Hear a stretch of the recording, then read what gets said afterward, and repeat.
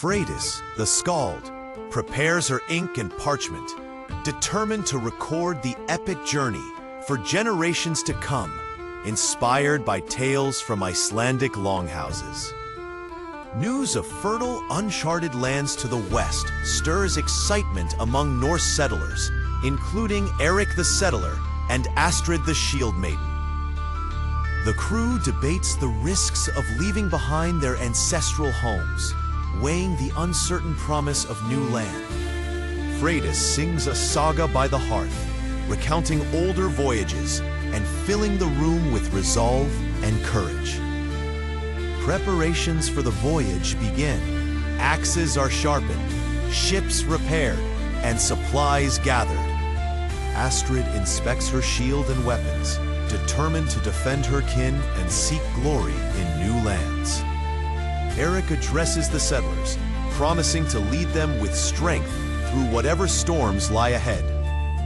Freydis sketches a map of rumors, dangerous seas, drifting ice, the promise of green valleys far to the west. Final feasts are held, drums sounding late into the night, as families bid farewell to the familiar world of Iceland.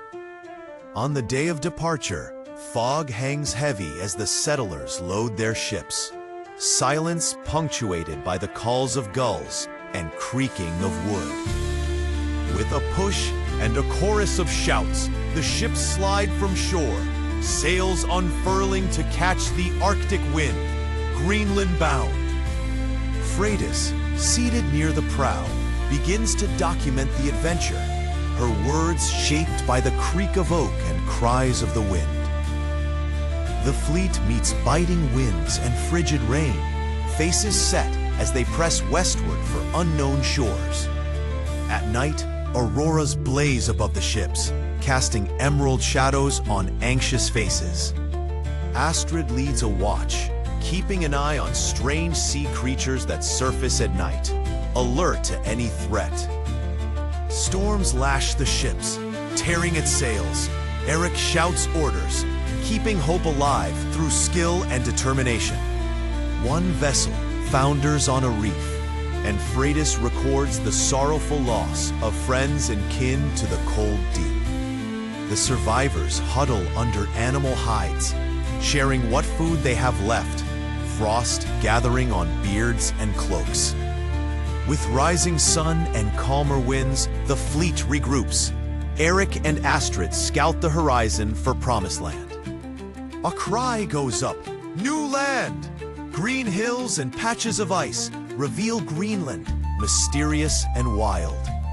Freydis sings a verse, immortalizing the wonder of first sighting Greenland. The ships land on a pebble-strewn shore, and settlers eagerly gather their gear to finally step onto Greenlandic soil. Eric raises his axe, dedicating the land to the Norse gods with solemn ritual.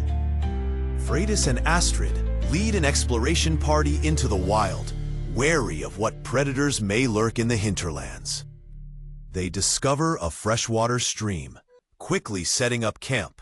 It will be crucial for the fledgling colony's survival. Astrid scouts for game, soon returning with news of plentiful caribou and wild fowl.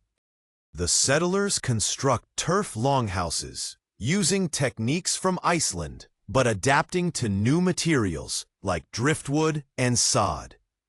Eric and Astrid settle a dispute among settlers over the distribution of arable land near the creek. Freydis's chronicles include tales not just of hardship, but of laughter as children chase goats through the settlement. First crops are planted by hand, each seed carrying the settlers' hope for survival through the coming winter. Freydis collects and preserves rare plants, learning Greenland's strange landscape and adding pages to her saga. Eric defends the new settlement against a prowling polar bear, saving a cluster of terrified children. Astrid takes charge of organizing defenses, drilling the able-bodied in archery and spearfighting on the rocky beach. Freydis spends frigid evenings by the fire, carving runes and composing poetic verses detailing the earliest days of Greenland's Norse settlement. In the cold morning light, Freydis gathers the settlers to recite a new poem, weaving tales of their recent triumphs over hunger and wild beasts, strengthening communal bonds. As spring thaws the edge of the fjord, Eric oversees the building of new longhouses, instructing the settlers to use driftwood and turf for protection against the ever-raging winds. Astrid leads a party into the interior hills, mapping the land and searching for fresh pasture for livestock. Survival depends on finding enough grazing for sheep and cattle. The settlers' first attempt at planting barley meets disaster as a late frost bites the tiny shoots. Freydis helps record the setback, her words capturing both dismay and renewed resolve. Eric calls a meeting in the main longhouse to debate solutions.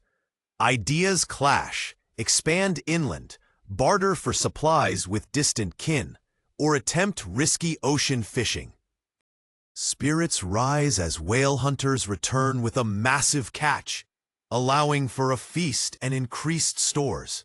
Freydis composes verses praising their daring and ingenuity. Astrid organizes women and youths to gather berries and hunt birds during the long summer days, forging new roles within the settlement and boosting morale. Unseasonable storms threaten the coastal dwellings. Settlers reinforce roofs and walls with sod and driftwood. Eric and Astrid coordinate repairs, preventing disaster. Freydis carves runes into a standing stone, commemorating their first year of survival and the memory of those lost on the voyage. As others join in silent reflection, the settlers celebrate midsummer with a night of music, dancing, fires, and the sharing of hopes, as Astrid leads a circle in newly learned Greenlandic dances.